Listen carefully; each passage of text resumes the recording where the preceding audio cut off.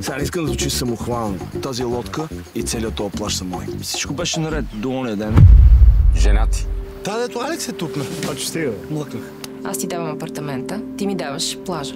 Без мен той нямаше да е в това положение изобщо. И аз нямаше да съм в това положение без теб. Добре, аз мога ли да питам, тия, които не сме трескали жената, може ли да се откажем или не? Момчета, има още един вариант. Значи искаш да ме зарежеш тук сама, Имате по-скоро западна красота. за да отидеш ти там, да продуцираш филм за първи път в живота си. Който, ако бъде успешен, може и да помогне на Бранко да си запази плажа. Ма това го има май-силно стана. Нищо не разбираш. Аз искам да се отвориш. Аха, да разшира. Оло! И много е важно всеки да си на място. Стоп!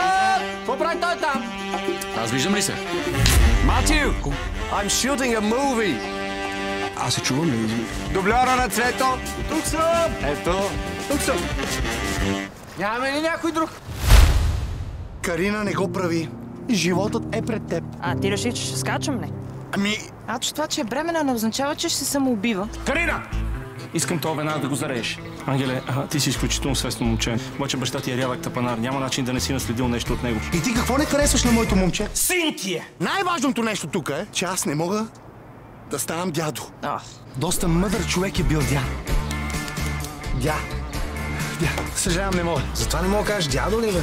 Защо не опиташ с бащата на бащата или бащата на майка ти, ако ти е по-лесно? Тя сега какво? Ще махне ли бебето? Вероятно. Освен ако баща не спре. Трябва да кажа на Бранко. Не, това е пълен абсурд. Ти за какво ме търси?